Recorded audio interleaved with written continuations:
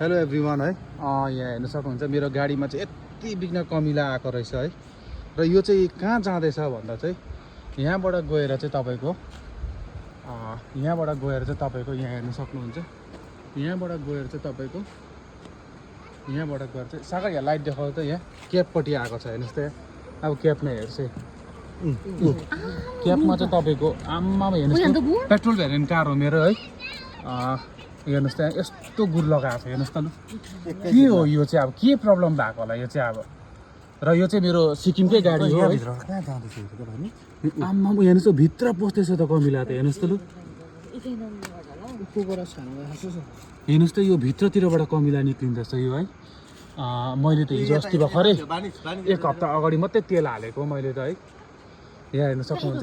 यति हिजो भर्खरै मात्रै पो त तेल हालेको हेर्नुहोस् त लु अचम्मै होइन अन्त लु हिजो भर्खर मात्रै तेल हालेको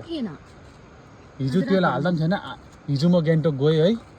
गान्तोक गएर आउँदा चाहिँ यस्तो भयो हेर्नुहोस् त लु तेल चाहिँ मैले रिनकमा हालेको रिनक पेट्रोल पम्पमा है यो त अचम्मै होइन नि त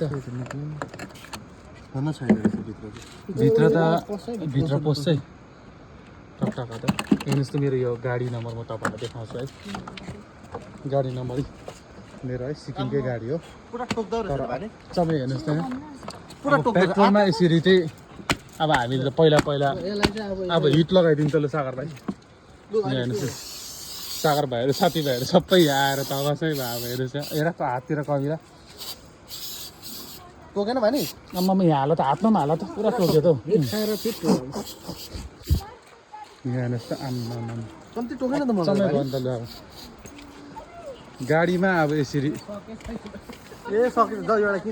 गाडीमा अब यसरी उयो लाग्नु थाल्यो अन्त